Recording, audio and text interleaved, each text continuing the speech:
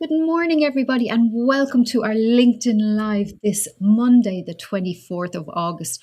And I'm delighted to have John Finnerty with us this morning. Hiya, John. Hi, Sam. Good morning. How are you?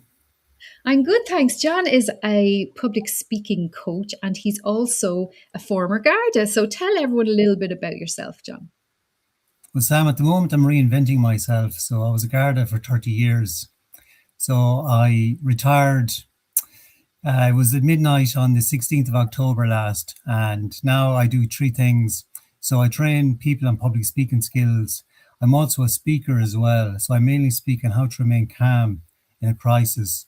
And the third thing I do is I'm a writer. So I write for the Garda Review magazine. So they're the three things I'm doing now. So I'm kind of pivoting my career and moving into those three areas.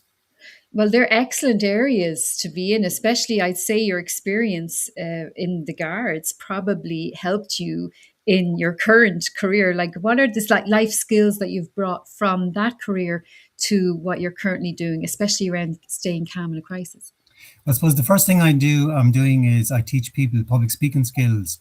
So that's something I learned from my local Toastmasters club here in Limerick. So I started with them back in 2018. So when it came to COVID, then I decided because we couldn't continue our meetings in Toastmasters, it went online via Zoom. So I decided then that's a great way to learn public speaking skills. So I put together a program for Garda colleagues all over the country. So I taught public speaking skills then to Gardaí all over the country for Great. 5 years from COVID right up until 2025.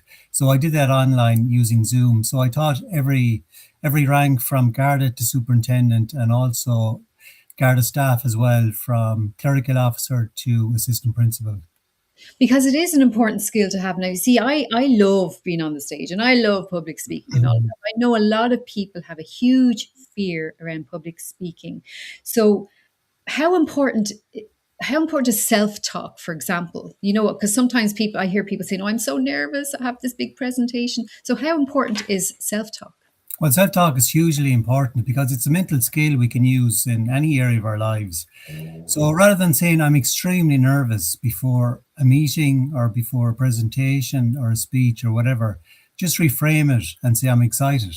So being excited and nervous, they're more or less the same things. So rather than saying I'm extremely nervous about this upcoming presentation, you just say to yourself, I'm extremely excited about this presentation. I can't wait to go in and share all this fantastic knowledge that I have.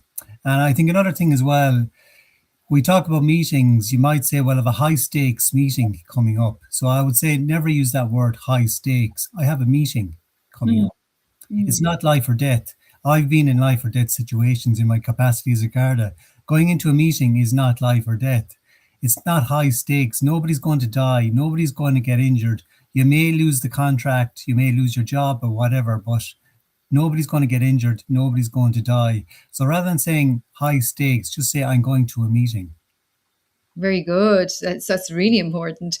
And you have loads of stories, don't you, as Well, well? yeah, I have a few, all right. Yeah, some I can share, and others I can't.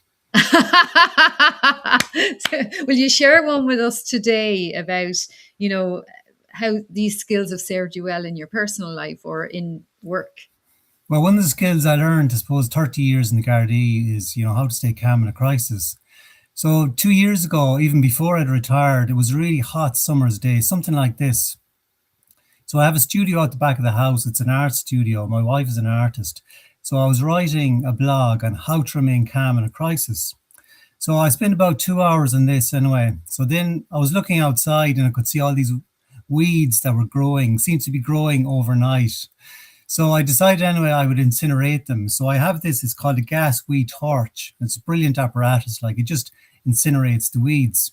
So anyway, I got this going anyway, and I started incinerating the weeds right beside the studio and around the back of the house. So between the studio and my neighbors, you could say it's a wooden panel. So I went over and there was a few weeds growing right beside the wooden panel. So I incinerated those weeds, but unfortunately the wooden panel caught fire. And then right behind it was a tree. a large tree in my neighbour's back garden that my neighbour loved, had always loved, and that went on fire as well. So all of a sudden, this whole flame exploded into the air. Now, if you've ever seen a house on fire or a tree or anything, or a car even, it's not only the visual effect, but like it's the noise of it as well. So the tree just blew up like this.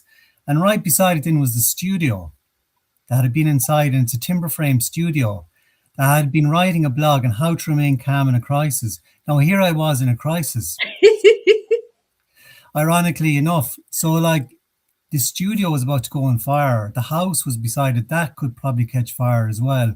And the wooden fence was going on fire as well. So unfortunately, anyway, I managed to kind of contain myself. I took up my mobile phone, rang the fire brigade. And while I was doing that, then I just connected up the hose pipe and started to put out the fire. So by the time the fire brigade had arrived, put out and everything was okay. So it was a lesson, cost me €500 that fire brigade to get them out like, but you live and learn. So I learned that day anyway, you never decide to incinerate weeds on the hottest day of the year. But luckily enough, like because of the skills I'd learned, in my job over 30 years, I didn't panic. I managed to regain control of the situation and put out the fire myself and also contact the fire brigade. So I think it served me really, really well in that regard. And if I'd completely panicked, I'm certain anyway that studio would have burnt down, like definitely, and possibly the house could have caught fire as well. Like, so I think I was extremely lucky in that endeavor. Well done. I love that story. And I know you shared that on the radio recently. You've been featured in the media quite a lot recently as well. And I know you've got a lot of good stories, but I know I have a question actually. Some people's idea of a crisis might be different. So my idea of a crisis could be something like, getting a horrible email or something, and how do I respond to it? Or it could be a crisis where, maybe you're supposed to pay something, or the taxman or something, and you can't pay them, or, there's different versions of crisis. So have you any exercises that people can do, or anything they can think straight away to change their mindset if there is a crisis that comes up for them and they don't know how to deal with it? Well, I think it's how you frame it. So let's say there's a serious situation, you're about to walk out in front of a car or a bus or something like that. So the amygdala, which is located in the brain, this is kind of the science area of it. So the amygdala is located in the brain. So that's designed to keep you safe. So if something happens in your life, your house is on fire, you just want to get out of that house as fast as possible. If there's an intruder coming into your house or whatever, or if you're about to walk out onto the street and you hear the sound of a car, you're going to jump back. So the amygdala located inside in the brain, that's the fight or flight syndrome that our body goes into. So that's there for millions of years, and it's designed to keep us safe, which it does. So it's either fight or flight. And the best course of action really is flight, get out of there. That's what it's designed to do. But it doesn't serve us very well if you get that email from the taxman or that letter from the revenue commissioners saying you're going to have an audit. It doesn't serve you very well there, because really, it's okay, it is a crisis, but it's not life or death, Yes. So what happens then? So if you can control yourself, if you can remain calm, the front part of the brain, which is called the prefrontal cortex, that's the logical part of the brain. So if you can just switch that on, well, then you can devise an action then to deal with the revenue or whatever else is going on in your life. So how do you do that? Yes, Well, how do you do that? yeah, rather than like going into hyper mode and panicking or whatever, it's just take a few deep breaths, So remain calm, just take a couple of deep breaths and ask yourself, is this really that's like, is this life or death? Very few situations are life or death. So it's just to remain calm, take a few deep breaths, and then the prefrontal cortex will start working, the rational part of the brain. Okay, how do I get out of this? Well, I just need to contact my accountant and ask him what do I need to do in this regard, Yeah. And Communication. all those apartments I bought in Bulgaria, what am I going to do about them? Like, or in Hungary or whatever, So it's just to regain control. So deep breaths, So is it to just stop and think Yeah, like, just stop. Yeah. Okay, you get that letter, you open the letter and you go, oh my God, this. So it's to take a couple of deep breaths. So your body's going into fight or flight, which is not going to serve you well. It mm, doesn't serve you well. So it's take that couple of deep breaths. And once you've taken those deep breaths, then your body slows down and you will regain control then of the prefrontal cortex. That's a logical part of the brain. And once you do that, then you know what to do. And like in most situations, we do know what to do. We know what to do, but when your body goes into fight or flight, you just don't. It's not working. That prefrontal cortex, the logical part of the brain, is not working. So it's to regain control of that part of the brain. It's hugely important. and that's really good advice.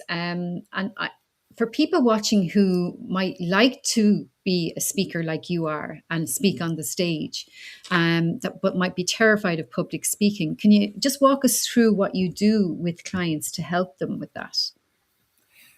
Well, I think a lot of people are asked to make presentations, Mm, but they don't have any training in it. So it's like saying, look, will you jump into that car there and drive to Cork? But I've never driven a car before. Well, how can you do it? yeah, How can you ask somebody to do something that they've never been trained in? So I think that you need some training in it. So what can you get training in, or what can you do to make you a better speaker? Well, I think if you have any presentation, what's the one idea that you want to share with your audience? So that's the first thing. What information do I want to get across to the audience? So yeah, the only reason you're given a presentation is the first place is, what are you seeking to change? yeah. So if you're seeking to change nothing, well, why then are you giving the presentation? Just send an email instead. So if Right. you're just sharing information, well, why then are you actually giving the presentation? Why don't you just send an email? So you're seeking, if you want to make a presentation, if you want to change something, well, that's the best way then is get in front of the audience and make it. So ask yourself, what are you seeking to change? So if you're not seeking to change anything, well, then why are you giving the presentation in the first place? So if Mm, you want people to buy your product, well, great. You have to go out there and you have to actually sell that product to them. If you want people to sign up to your charity, well, that's what you want to do. So what's the one goal you want your audience to do once they've finished listening to you? So I think that's the great starter. So that one question, what do you want the audience to do afterwards? So then rather than giving them like 17 pieces of information, people won't remember any more than 3 or 4 pieces okay. of information that will get that piece of information you want to get across. So we call it the power of 3. So we have the 3 little pigs, the 3 wise men, the 3 stooges, the 3 musketeers. Yes, we can. Got Please. Barack Obama elected. Get Brexit done. Got the Conservatives into power. So 3 is a great number in the English language. So divide your content into 3 equal parts to get your information across. So at the end of the presentation, people will probably remember those 3 points. But if you say to them, look, I've 17 points I want to get across today, nobody's going to remember those. And in Mm. actual fact, most people don't remember anything that occurred in a presentation. So just digest it into 3 or 4 equal parts.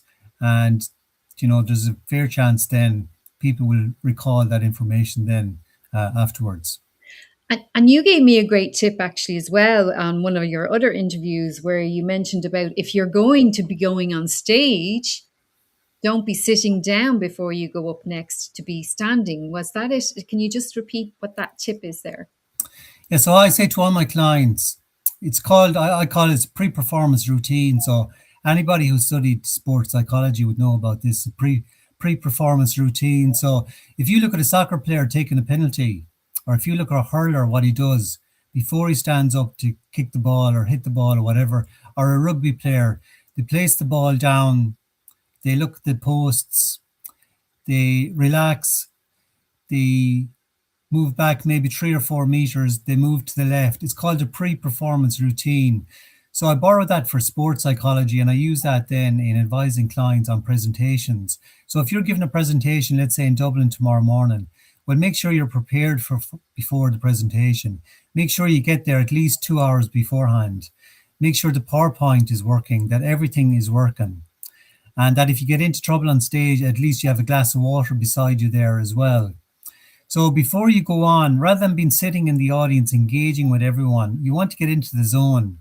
So be there beforehand, well in advance, but also be standing then as well before you go on. So be standing over, let's say at the door or wherever, just out of view of the audience. So when you're standing, you're already feeling comfortable. You're in that pre-performance routine. You're feeling confident. And when your name is called in, you just walk over out onto the stage.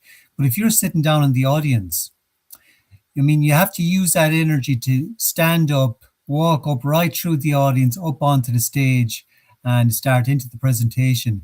But if you're already standing, you're feeling more confident. So you just walk out onto the stage, and then you can get straight into the presentation.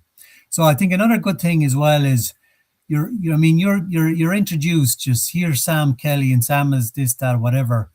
So you don't go onto the stage and say, "Hi, I'm Sam Kelly, and I do this and I do that and I do the other thing, and it's great to travel from Wexford today, and it's great to see so many people in the audience."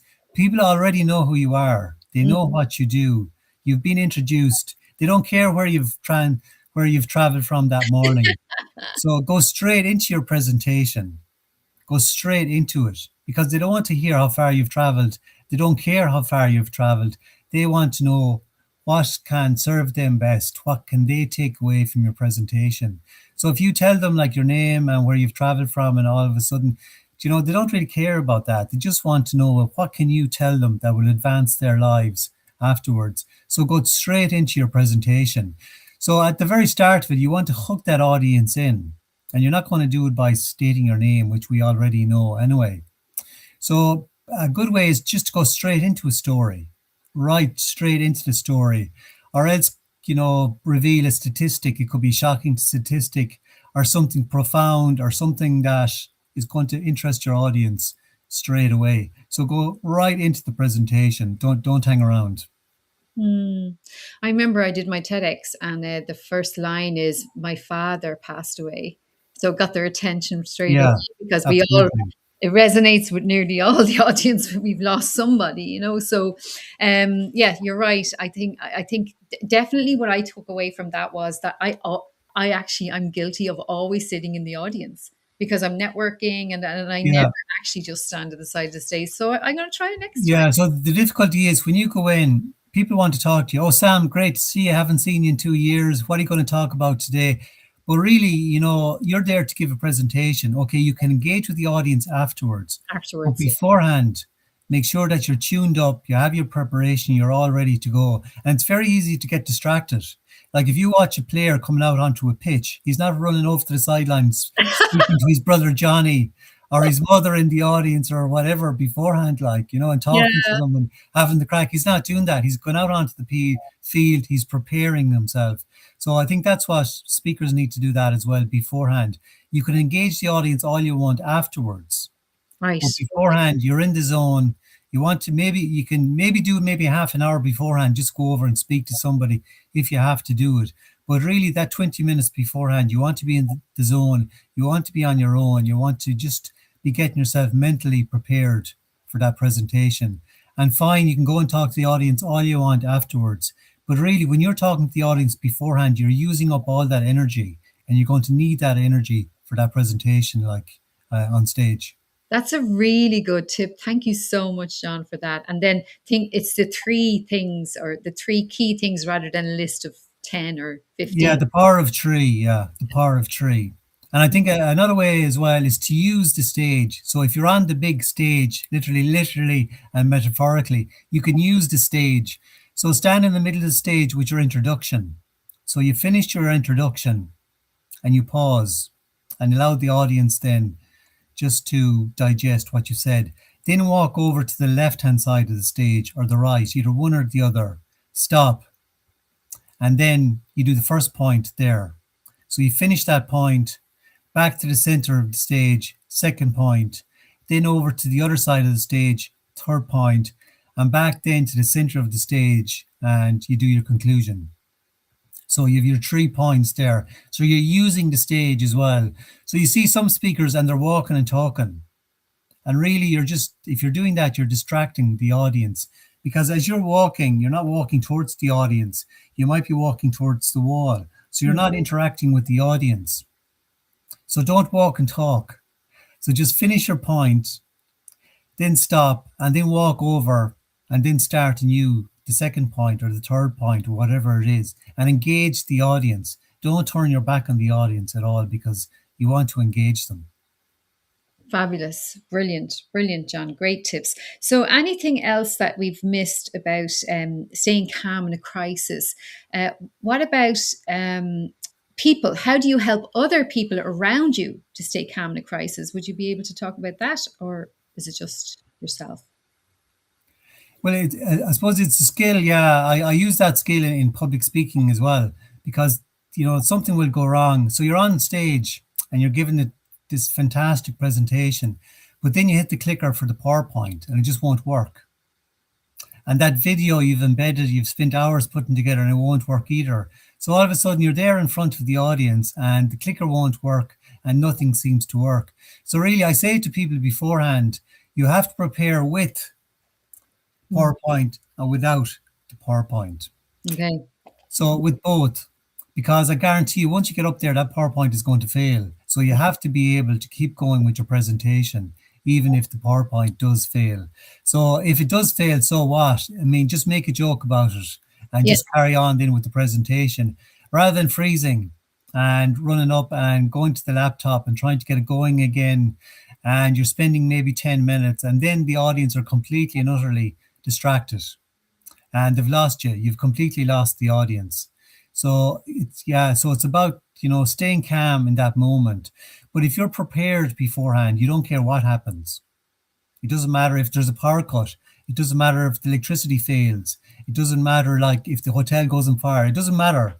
Actually, that happened to me once. The electricity failed, and I just sat down on the stage and I just talked to them because it was actually a small enough audience. Yeah. We all had a little, relaxing kind of chat instead. But Liz has just commented there saying, "Great advice, John. Thanks for sharing the tips about stage presence."